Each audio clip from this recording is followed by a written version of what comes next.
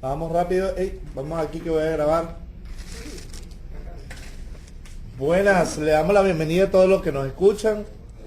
Que la gracia de Dios sea con todos ustedes. Le habla el pastor César Camejo de Caracas, Venezuela. Le damos la bienvenida a nuestra sección Escudriñando Juntos las Escrituras. A todos los que nos escuchan a través de nuestra página web www.jesucristoesperanzadegloria.com.be y a todos los que nos escuchan a través de Facebook, YouTube o Twitter. A todos les damos la bienvenida en el nombre de Jesucristo. Estamos estudiando, leyendo, escudriñando el Evangelio según San Mateo. Y estamos en el capítulo 26. La semana pasada quedamos hasta el versículo 46. Hoy nos toca desde el 47 en adelante. Perdone. Ok, estamos todos ahí en el versículo 47. Vamos a orar, presentar a Dios, pedirle a Dios que sea Dios que nos ayude a entender la palabra y nos traiga iluminación. Amado Dios, te damos gracias en el nombre de Jesucristo. Padre, te damos gloria y alabanza porque usted nos tiene en este lugar para aprender de tu palabra. Gracias porque hemos dispuesto este tiempo para ti. Perdona nuestros pecados, límpianos de toda maldad. Pedimos, Señor, que usted nos ilumine el entendimiento, Señor, para entender tu revelación revelada a los hombres a través del Espíritu Santo. Te damos gracias en el nombre de Jesús. Haz que tu palabra nos transforme, nos enseñe, nos transforme nuestra manera de pensar para cambiar nuestra manera de vivir. Te damos gracias, Señor, porque tu palabra es viva y eficaz. En el nombre de Jesús, amén y amén. Gloria a Dios. Bueno, versículo 47 quedamos ahí, ¿verdad? Pero vamos a hacer, como siempre, un leve repaso de la lectura pasada.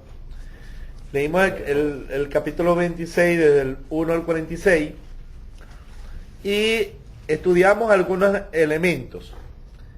En los primeros versículos del capítulo 26, la misma naturaleza, la misma división natural de texto nos da a entender que ahí culmina el discurso del Monte de los Olivos referente a la segunda venida del Señor y referente al reino de Dios en la tierra, ¿ok?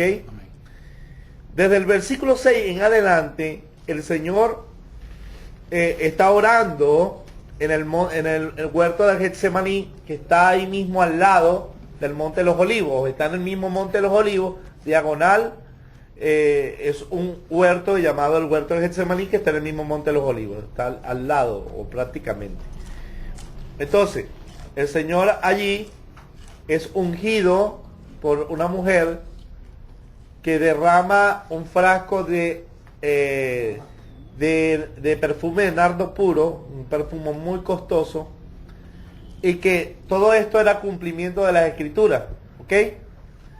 Como esta mujer estaba inclusive apartando un perfume para la sepultura del Señor en cumplimiento de las Escrituras, y vemos cómo el Señor hace que se recuerde esa acción de esa mujer. ¿Por qué? Porque los discípulos, entre ellos Judas, el ladrón del equipo, estaba pendiente y dijo, ¿por qué este desperdicio? Se hubiera vendido y dárselo a los pobres. Realmente ellos no estaban pensando en los pobres. Realmente Judas no estaba pensando en el pobre, sino en una oportunidad de no robar. Porque él sacaba, él sustraía de la bolsa de la ofrenda. ¿Ok? Le interesaba a Judas. Y vemos también cómo, bueno, el Señor le dice que a los pobres siempre lo tendrían con él, sin embargo, a él no, y que ya había llegado el tiempo de su muerte. ¿Okay? Prepara a los discípulos para eso. Inmediatamente Judas va y vende al Señor por 30 piezas de plata en cumplimiento de los salmos proféticos del rey David, cuando había anunciado que el Señor sería vendido por 30 piezas de plata. Exactamente fueron las mismas 30 piezas de plata que estaba profetizado en el libro de los Salmos, y que podemos ver literalmente un cumplimiento hasta la cantidad del dinero que le dieron a Judas para vender al Señor. Interesante, ¿no? Entonces, cada cosa, cada detalle que pareciera ser insignificante a la vista de todos nosotros, tenía un cumplimiento profético. O sea, nada de lo que sucedió alrededor de Jesús era al azar, era el evento de un cumplimiento profético. Y como sabemos, los que hemos estudiado el Evangelio de Mateo desde el principio, comenzamos con nosotros, y ahora los que están integrándose, se lo digo, el Evangelio de Mateo se centra, el autor o el apóstol Mateo, o el apóstol Leví, se centra en mostrar a Jesús como el cumplimiento de la Torá, o sea, del Pentateuco, de la ley y de los profetas, de los 5 libros de Moisés, Génesis, Éxodo, Levítico, Número y Deuteronomio, y de todos los profetas del Antiguo Testamento. Amén. ¿Por qué? Para que los judíos se dieran cuenta que sí él era el rey, él era el Mesías. Porque nos damos cuenta que el capítulo 1 del Evangelio de Mateo comienza con la genealogía, que demuestra la veracidad de la línea de los reyes que viene Jesucristo, de la línea del rey David. Entonces, aquí se está dando el cumplimiento de unos elementos proféticos, que era la entrega del Señor y la preparación para la sepultura, para la muerte y sepultura del Señor Jesucristo. Porque cada cosa que sucedió alrededor de Jesucristo fue un cumplimiento profético. Vemos que se acercaba la fiesta de la Pascua y el Señor manda a preparar la fiesta. Y cuando le dijeron, Señor, ¿dónde quieres que preparemos la fiesta de la Pascua para que la comamos? Lo primero que el Señor le dijo, anda a tal lado, y vayan a un lugar y tome y dígale dónde está el lugar que el Señor manda a decir, dónde está el lugar que he de celebrar la Pascua con mis discípulos. O sea, hasta Dios tenía preparado una persona que tenía un lugar llamado, algunos dicen que era el aposento alto, y era el lugar donde se celebró la cena, y ahí era donde vino el Pentecostés también. Entonces había una persona preparada por Dios, donde tenía el lugar donde él iba a celebrar su última cena con sus discípulos. Porque le dijo, vayan y dígale, mi Señor dice, ¿dónde he de preparar mi cena con mis discípulos? O sea, que el hombre ya sabía que en cualquier momento el Señor iba a mandar a pedirle el lugar. O sea, Dios moviéndose, así como cuando el nacimiento de Jesús, usted se dio cuenta que Dios movió a los pastores, a los reyes del oriente, le reveló aquí, le reveló allá, y cuando Herodes quería matar al niño, movió en revelación al sueño a José un ángel y hizo que descendieran a Egipto y los mantuviera allá, y después que Herodes murió y todos los que querían matar al niño, y eso se reveló en sueño. O sea, Dios cada cosa que hizo, la hizo como moviendo una pieza de ajedrez, ¿ok? Porque era un cumplimiento de la palabra de Dios, ¿ok? Por eso que la cruz, vamos a ver, cuando el Señor dice, consumado es, o sea, todo lo que estaba escrito de los profetas sobre mí, en referencia a su muerte, se cumplió, ¿ok? Vamos al versículo 47, y vamos a... De Mateo 6. de Mateo 26, 26. está clarito. 47. Mientras todavía hablaba, vino Judas. ¿Qué hablaba? El versículo 46 nos dice, levantaos, vamos, ve, se acerca el que me entrega. Ya el Señor había discernido que él ya estaba cerca. Y cuando todavía estaba hablando, esto viene el que me entrega, levantaos, porque Pedro y Juan y Jacobo estaban, y los otros apóstoles estaban dormidísimos, mientras él estaba clamando en el huerto de Getsemaní. Entonces, cuando leo, levantaos, levántense, despiértense, que viene el que me entrega. Mientras él hablaba con esto, con su discípulo, versículo 47, vino Judas, uno de los 12, el traidor, y con él mucha gente con espadas y palos de parte de los principales sacerdotes de los ancianos del pueblo. Ahora mire usted, la fiesta de la Pascua. ¿Qué se hacía en la fiesta de la Pascua? El día 10 de cada del mes de Abid, el primer mes del año. ¿Qué se hacía? Ustedes estuvieron en la cena del Señor, deberían saber. se escogía el cordero para el sacrificio. Y todo el pueblo debía ir, molarlo. Pero primero, el padre de familia escogía el cordero. Fíjense usted aquí. El Señor había celebrado los versículos anteriores la cena del Señor en Pascua. Y en este caso, Él no celebra el cordero, sino porque el cordero era Él. Celebró el pan y el vino. Y vamos a ver que cuando Judas venía con soldados, ¿no? Con mucha gente, con espadas y palos. ¿Ok? ¿De parte de quién? De los principales sacerdotes y de los ancianos del pueblo, para escoger el cordero. O sea, esto realmente, aunque ellos lo venían a tomar para matarlo, ¿ok? Ellos lo venían a encarcelar para matarlo. Y elementalmente esto era parte del cumplimiento profético que ellos no sabían. Es esto que más adelante vamos a ver cuando el sumo sacerdote dice: mira, si es bueno que un hombre muera por todo el pueblo y no que todo el pueblo muera por un hombre. ¿Por qué? Porque si este dice ser rey, va a venir los romanos y nos destruirán. Porque el imperio romano estaba gobernando.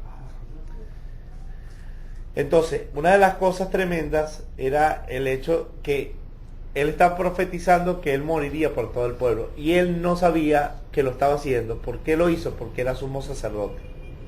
Entonces, aquí estaban escogiendo, sin saberlo, estaban escogiendo el cordero que se iba a sacrificar en Pascua. Qué interesante, ¿no? Y era parte de Éxodo 12, en la elección del cordero, antes de ser sacrificado. Versículo 48.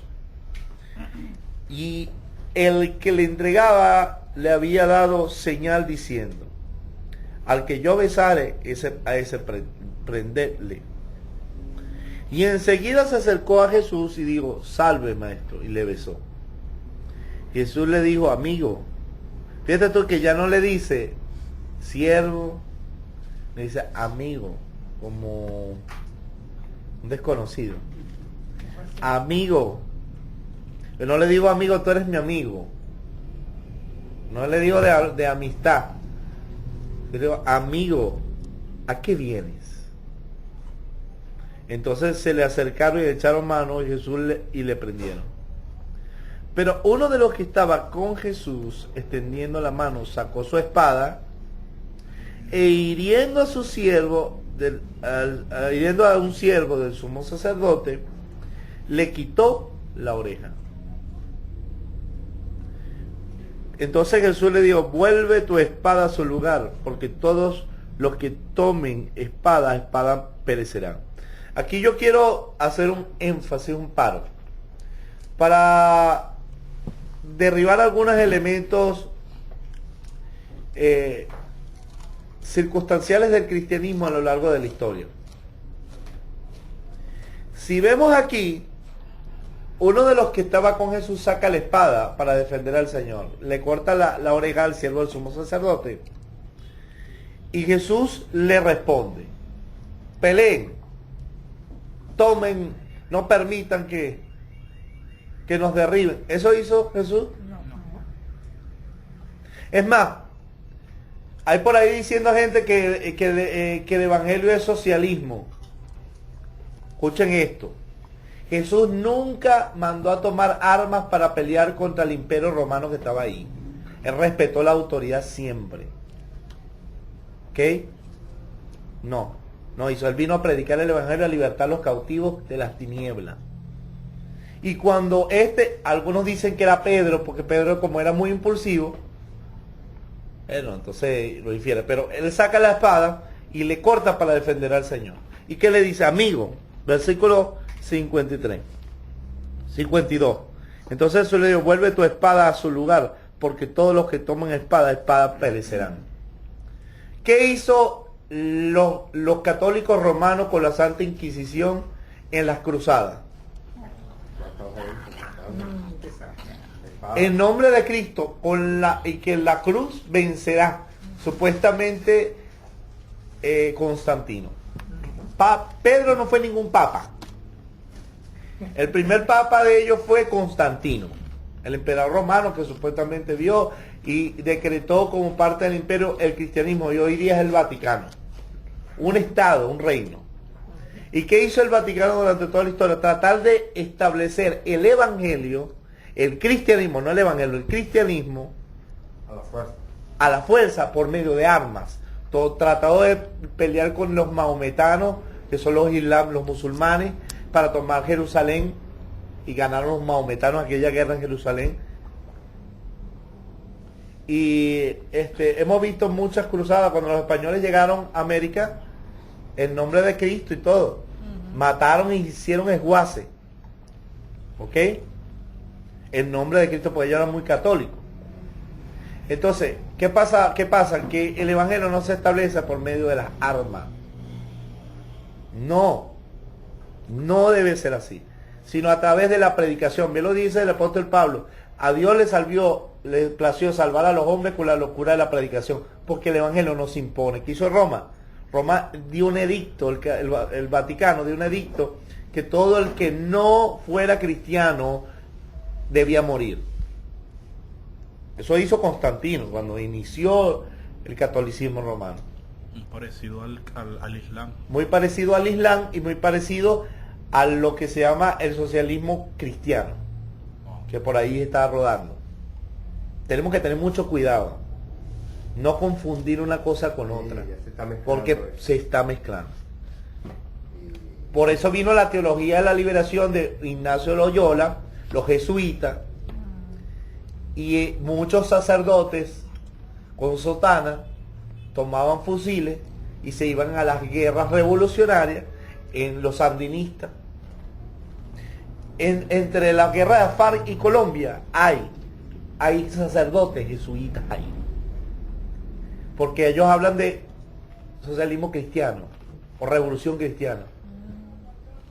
Pero tú nunca viste a Jesús levantándose contra el imperio romano. Él dijo: dale a César lo que es de César y a Dios lo que es de Dios.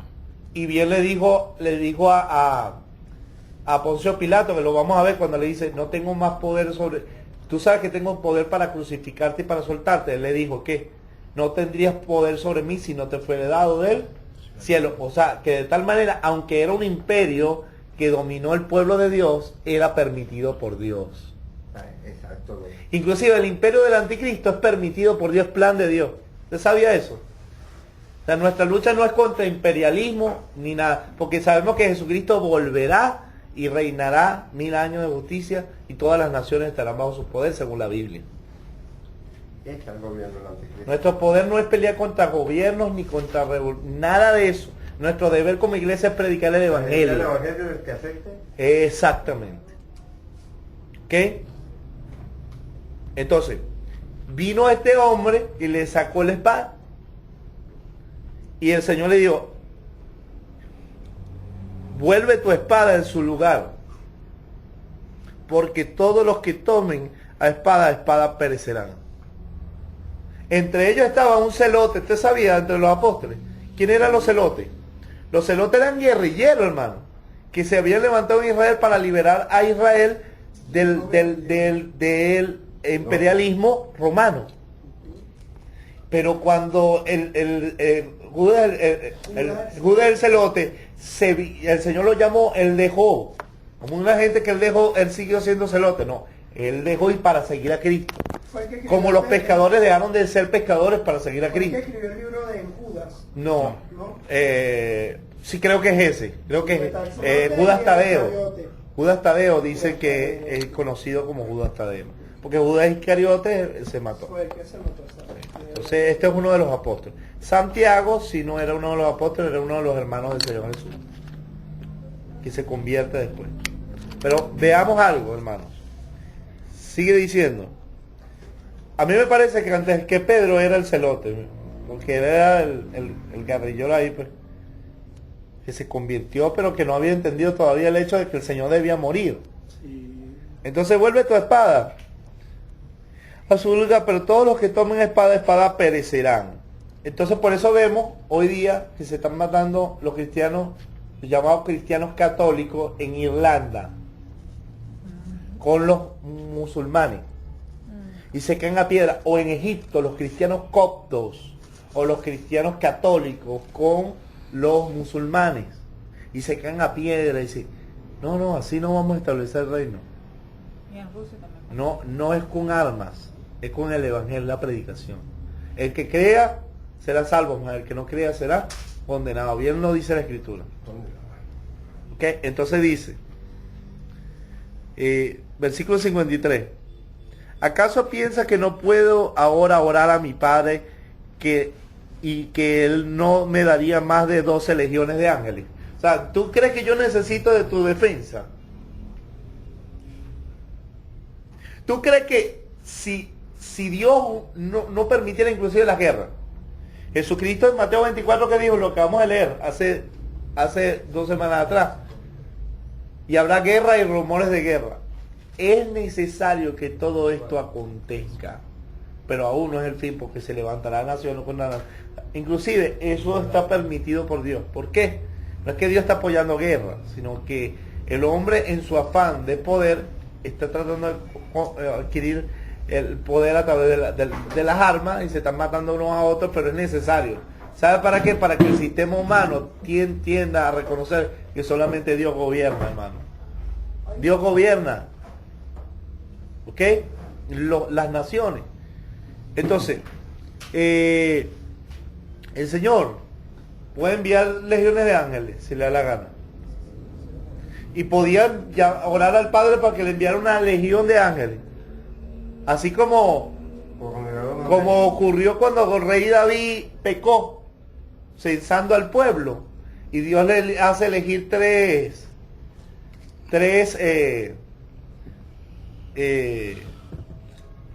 castigos. Y él le dijo, no, Señor, yo prefiero caer en manos de ti, que eres misericordioso, que en manos del hombre. No me entregues en manos del hombre. Y bueno, Dios envía una mortandad tremenda entre el pueblo, que es una decisión de un rey cuando se rebela contra Dios, afecta al pueblo. E inmediatamente, ¿qué pasó? Los ángeles estaban matando gente. Esa es parte del juicio de Dios contra David. Y entonces él, viendo tanta mortandad, cayó en rodilla en tierra pidiéndole al Señor, y Dios paró la mortandad. Porque Dios castiga el pecado. Es misericordioso, perdonador y todo esto, pero es castigador del pecado. Entonces, lo que le está diciendo a Jesús es, mira, yo no necesito que tú me defiendas, porque además yo no vengo a establecer el reino humano, vengo a establecer el reino de Dios. Yo puedo orar al Padre que envíe una docena de ángeles y legiones de ángeles, y legiones son miles y miles de ángeles, y me defiendan. Pero no, ¿sabes por qué no lo hizo? Porque era plan de Dios que muriera para salvar al pecador. Y el versículo 54 lo dice, pero ¿cómo entonces se cumplirán las escrituras de que es necesario que así se haga? Entonces, yo puedo orar, yo no necesito que tú me defiendas. Pero, no lo hago, porque entonces ¿cómo se cumplirá lo que está escrito? Que yo debo morir. ¿Ah? Pero ¿cómo entonces se cumplirá la escritura que es necesario que así se haga? Es necesario que se cumpla la palabra. Se debe hacer lo que Dios ha dicho. Por lo tanto, por eso yo no puedo orar a Dios rebelándome contra su voluntad. Bien lo está diciendo el Señor. No me voy a rebelar contra su voluntad. ¿Ok? Entonces, más adelante, cuando está junto a Poncio Pilato, vamos a ver, cuando él le dice, o sea, que él podía orar cuando estaba en la cruz y bajarse de la cruz, cuando le estaban diciendo, bájate de la cruz. Pero le dice a Poncio Pilato, si mi reino fuera de este mundo, vendrían mis siervos y pelearían por mí. Como estamos viendo en reinos humanos hoy. ¿Ok? Vamos a ver aquí. Versículo 5. En aquella hora dijo Jesús a la gente, como contra un ladrón habéis salido con espadas y palos para prenderme. Cada día me sentaba con vosotros enseñando en el templo y no me prendiste, porque claro, no era el tiempo. Ahora, yo quiero hacer una reflexión que no tiene nada que ver con este versículo, pero sí con el pasaje. Que hoy me estoy dando cuenta de algo. Fíjense cómo concordó el final del capítulo, capítulo, los capítulos finales del Evangelio de Mateo que narran la muerte del Señor y la fiesta de la Pascua con la celebración de la Pascua ahorita en Israel. Mira esta enseñanza, cómo vamos a la par al tiempo. Entonces se va a celebrar la llamada Semana Santa, que es la Pascua. La muerte, se celebra la muerte del Señor. Y esta sí es la fecha donde el Señor murió. Pascua. Pesaj. El martes en Israel. Y ahorita estamos leyendo, todavía no hemos leído la muerte del Señor. La Pascua es el primer mes, se celebra en el primer mes. Primer mes del año bíblico. Ahorita se celebra en el calendario hebreo de Nisan, marzo-abril. Marzo-abril sería el primer mes de ellos. Como estamos ahorita. O sea, que la muerte de Jesucristo fue No, el primer mes de ellos es el mes 7. Marzo-abril, pastor. Es septiembre-octubre. Marzo-abril fue una época de la muerte de Jesús. Septiembre. Así parece ser, marzo-abril del calendario nuestro. El calendario de ellos es el mes de Aviv. El mes de Aviv era donde se salía la primicia de la cebada. Ya cuando brotaba el racimo de la cebada, o sea, la espiga de la cebada, indicaba que había llegado el comienzo del Pentecostés. ¿Ok? Todas las fiestas son agrícolas y la naturaleza le indica los tiempos, los ciclos lunares y la cosecha del trigo. Por todo era referente a la ofrenda de Cristo hacia Dios. Él era la ofrenda. ¿Okay? Bueno, mira qué interesante. Vamos a la par al tiempo profético que se celebra. De hecho, la semana que viene, que nos toca la Cena del Señor, vamos a leer la muerte de Jesús. Tremendo, ¿no? Me di cuenta de este detalle ahora. Bueno. Ok. Versículo 55, ¿no? No, el 56. Mas todo esto sucede para que se cumplan las escrituras de los profetas. Mira otra vez el énfasis. Cada cosa que sucedía en el entorno del Señor referente a su muerte era de cumplimiento profético. Mas todo esto sucede para que se cumplan las escrituras de los profetas. Entonces todos los discípulos, dejándole, huyeron. Aquí se cumple lo que Jesús le dijo cuando estaba en la cena del Señor. Marque un momentico, vamos a retroceder un poquito a la cena del Señor. Capítulo 26, versículo... 17. Ya.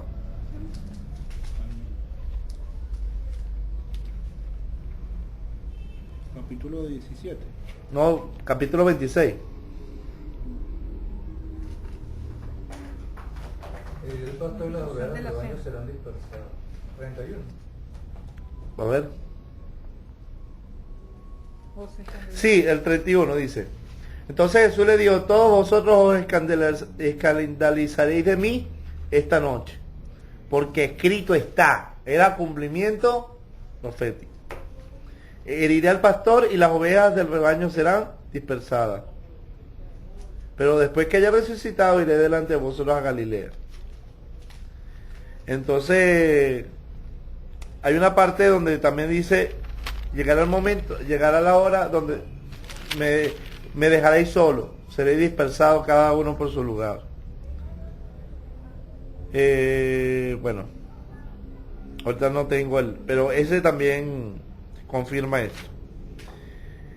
Entonces bien lo dice, era cumplimiento profético. Heriré al pastor y las ovejas serán dispersas. Y bueno, el pastor estaba siendo tomado, el buen pastor. Y bueno, dejándole, huyeron, pegaron la carrera para que no los agarraran. Eran muy valientes, ¿no? Pero era cumplimiento profético. El Señor debía padecer solo en la cruz. 57. Los que prendieron a Jesús le llevaron al sumo sacerdote de Caifás. ¿Por qué al sumo sacerdote? Porque así como el padre de familia, el principal de la casa, elegía el cordero y él lo sacrificaba junto a todo el pueblo, a toda la casa, se comía en toda la casa con la familia. El sumo sacerdote representaba la cabeza sacerdotal del pueblo. ¿Ok? Entonces se lo llevan a Caifás, al sumo sacerdote, quien debe sentenciarlo. Porque en la ley, para el sacrificio del cordero en el Pesaj, ¿quién era el que elegía y tomaba y sacrificaba el cordero de la Pascua? Era primero era el sumo sacerdote. Y después todas las familias lo hacían. ¿Ok? Entonces ahora vemos aquí. Y dice, lo llevaron a donde estaba sumo sacerdote Caifás, donde estaban reunidos los escribas y los ancianos. Mas Pedro le seguía de lejos hasta el patio del sumo sacerdote, y entrando se sentó con los alguaciles para ver el fin.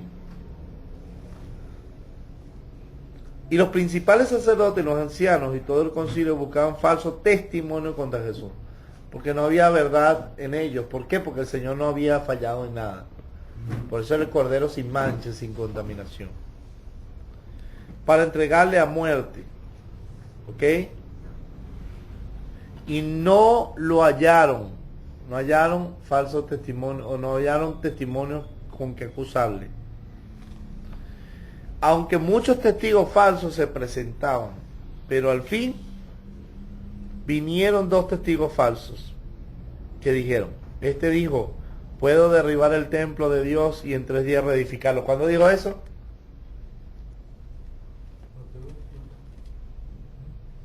No, hay una parte donde dice, derribar este templo y lo resucitar el tercer día. Estaba hablando de su cuerpo.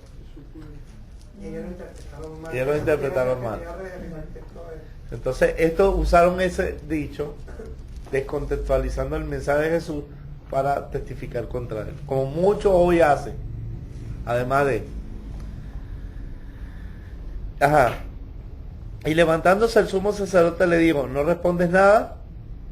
¿Qué testifican esto contra ti? Mas Jesús callaba, porque era como cordero fue llevado al matadero, no abrió su boca, tal como lo decía la escritura de Isaías 53.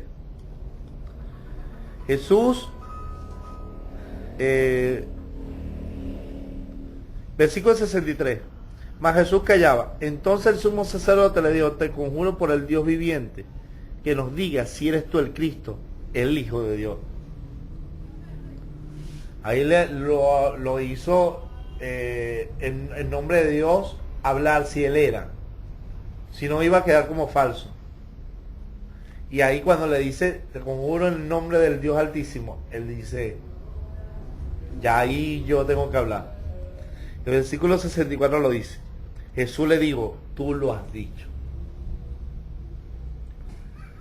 Y demás os digo, que desde ahora veréis al Hijo del Hombre sentado a la diestra del poder de Dios y viniendo en las nubes del cielo. Ahora, ¿quién se lo estaba diciendo? Al sumo sacerdote. ¿Por qué se lo dice a él? Si él no iba a estar vivo para este momento. Porque la segunda venida ha pasado 2000 años y él ya no está vivo. Porque representaba al pueblo completamente. ¿Ok? Él es sumo sacerdote, representante de Dios ante el pueblo.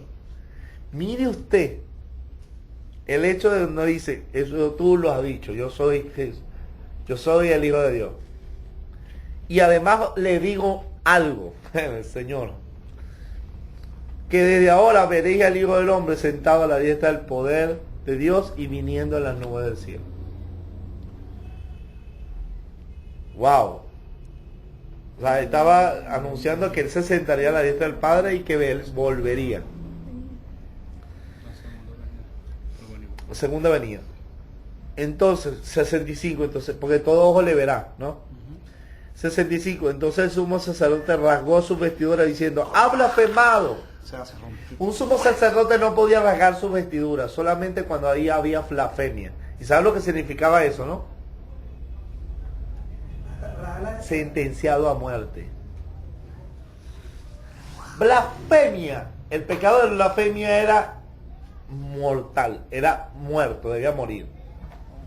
Si el sumo sacerdote se rasgaba la vestidura, eso era señal de blasfemia, estaba sentenciado. Listo. Ese fue legalmente que dio el veredicto de muerte de Jesús. Como decía la escritura, tenía que ser el padre de familia, en este caso el principal del pueblo de Israel, que era el sumo sacerdote. Como hacía y presentaba cada vez en el tabernáculo para el perdón de los pecados, era el sumo sacerdote que lo hacía, ¿ok? Fíjense ustedes esto, todo esto era cumplimiento de la escritura tal como en la ley. ¿Y por qué? Porque él está ratificando, está diciendo, yo soy el Hijo de Dios. Y además me voy a sentar a la diestra del Padre, y además voy a venir a las nubes del cielo. O sea, el mismo Jesús anunció que vendría.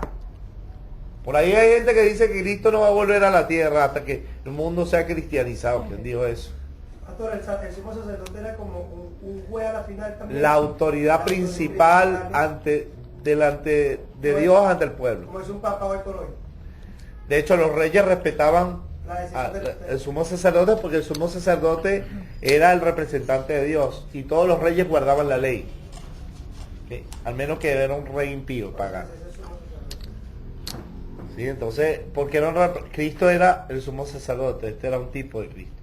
Por eso era conocido los Mashiach, el ungido de Dios. Todo sumo sacerdote era un Mashiach, un ungido. Pero el verdadero, todo era sombra de lo que habría de venir. Cristo era el cumplimiento. El verdadero sumo sacerdote de Dios. Por eso le habla tú. Porque le está hablando con la autoridad divina de alguien superior al sumo sacerdote. Tú lo has dicho. Si no, lo hubiera respetado como cuando Pablo fue y dijo, Dios te dará en la cara blanqueada porque lo golpearon. Y le dieron, así hablas al sumo sacerdote. No sabía que era sumo sacerdote, perdone. Se entró temor por la autoridad. Porque si ese hombre lo mandaba a matar en ese momento. No, es que nadie podía rebelarse contra la autoridad divina. Por eso lo Alguien que tiene a Dios, no. Alguien que tiene a Dios, no, porque no era blasfemia contra el Altísimo. Alguien que tiene a Dios es respetuoso de la autoridad. Fíjate tú que David con Saúl. Entonces él siempre respetó eso. Sí, los reyes en aquellos Entonces, tiempos respetaban mucho a los Porque profetas. todo ungido era un Mashiach, era una autoridad de Dios, era puesto por Dios. No era puesto por el pueblo, era Dios quien elegía. Es diferente. Y los falsos profetas del Antiguo Testamento fueron hombres que fueron en un momento puestos por Dios y después se desviaron. Se desviaron. Sin embargo, que él nunca siguió los pasos de Saúl. Nunca tuvo la imitación. Por eso Jesús en Mateo 23, hablando del sacerdocio, dice, todos los que ellos manden que hagan, háganlo. Pero no sean como ellos, porque dicen y no hacen. O sea, no los imiten. Vale. Respeten la autoridad, porque eso viene de Dios. Para que había- Si el mismo Jesús lo hizo. Pero aquí le dijo, te conjuro delante de Dios si tú eres el Cristo, el Hijo de Dios. Y le habló como el Cristo. Tú lo has dicho. Y desde ahora me veréis sentado a la diestra de Dios. Alguien con mayor autoridad le está hablando.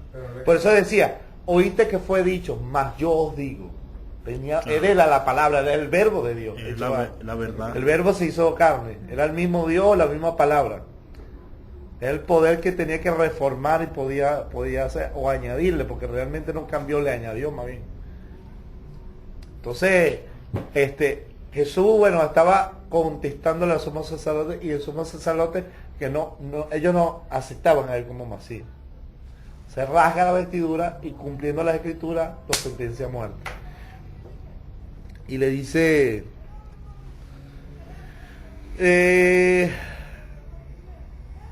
ha blasfemado.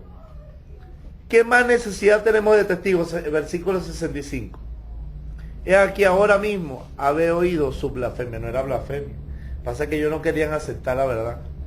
Pero era parte del cumplimiento de la escritura. Si leemos Isaías 53 se dará cuenta que esto es cumplimiento de la escritura. 66, ¿no? ¿Qué os parece? Y respondiendo a ellos, dijeron, es reo de muerte. Eso está en Levítico 24:16. ¿Ok? Reo de muerte. O sea, la parte... Levítico 24:16. 24:16. Ok. Entonces le pusieron en el rostro y le dieron de puñetazos. Le escupieron en el rostro y le dieron de puñetazos, y otro le abofeteaba, diciendo, profetízanos, Cristo, ¿quién es el que te golpeó? Se burlaban. Porque para ellos el único Cristo era el sumo sacerdote, el único ungido. Este no era el ungido prometido para ellos. Porque lejos de estar, estos esperaban que el Mesías los liberara de la cautividad del Imperio Romano. Con cuerpo humano, como gobierno humano. Tremendo como el Señor. Como gobierno humano, no, si no era. Cómo maltrataron a nuestro Señor hoy, pastor. Verdad que sinceramente Por amor. uno no entiende verdaderamente lo que sufrió el Señor Jesucristo en carne, de verdad, para que hoy en día la palabra de Él esté aquí abriendo y libertando a muchos. Por amor, es que hizo todo esto por amor. Soportó todo esto, dejó la gloria para... Se hizo hombre para soportar toda esta cosa que venía. Y esto era el principio, pero... Bueno, Pedro estaba sentado fuera en el patio y se le acercó una criada diciendo, ¿tú también estabas con Jesús el Galileo? Mas él negó delante de todos, cumpliéndose la palabra que Jesús le dio. Me negará 3 veces. Mas él negó delante de todos diciendo, no sé lo que dices. Saliendo él a la puerta, le vio otra y dijo a los que estaban allí, también estaba con Jesús el Nazareno. Pero él negó otra vez con juramento, no conozco a tal hombre, y con juramento. Te lo juro. 73. Un poco después, acercándose los que allí estaban, dijeron a Pedro, verdaderamente también tú eres de ellos, porque aún tu manera de hablar te descubre. Porque nosotros tenemos una manera de hablar peculiar. Tú sabes, cuando uno va en el metro, uno escucha a alguien, uno voltea, uno sabe que es cristiano, inmediatamente. El vocabulario de nosotros nos identifica. Somos seguidores de Cristo. Y este le estaba delatando pues su manera de hablar. 74. Entonces él comenzó a maldecir, imagínate tú hasta dónde llegó. Y a jurar, no conozco al hombre. Y enseguida cantó el gallo. Qué cumplimiento exacto de la palabra, ¿no? Guará. Entonces Pedro se acordó de las palabras de Jesús, que le había dicho, antes que cante el gallo me negarás 3 veces. Y saliendo fuera, lloró amargamente. Pero vamos a ver algo. Él fue afuera y llora de arrepentimiento. No, que el Espíritu, sí, el Espíritu Santo no estaba en él. No, todavía no estaba ahí. Pero se dio cuenta que sí era el Pero ahí Cristo. cuando Se acordó de las palabras. O sea, realmente negué al maestro cuando yo dije que no lo iba a hacer. No, remordimiento. O sea, Tenían la palabra, pero no tenían- La palabra, pero no tenían al Espíritu Santo todavía. No podía haber venido sobre ellos porque Cristo no había muerto en la cruz. Ninguno lo tenía. Lo único que tenía el Espíritu Santo dentro era Jesucristo. Oye, pero qué tremendo cuando él ve la exactitud de la palabra, se acordó de la palabra. Y aunque tenga que morir contigo. Y no bueno, tenga- fue afuera y llora, Y fue lo primero que amargamente en arrepentimiento, porque la palabra lo confrontó. ¿Entiendes? Y vio que lo que el Señor había dicho todo era tan real, tan... Pero vamos a ver algo diferente. Pedro se arrepiente, llora, ¿ok? Pero Judas no hace eso. Judas va y se suicida. Qué diferencia, ¿no?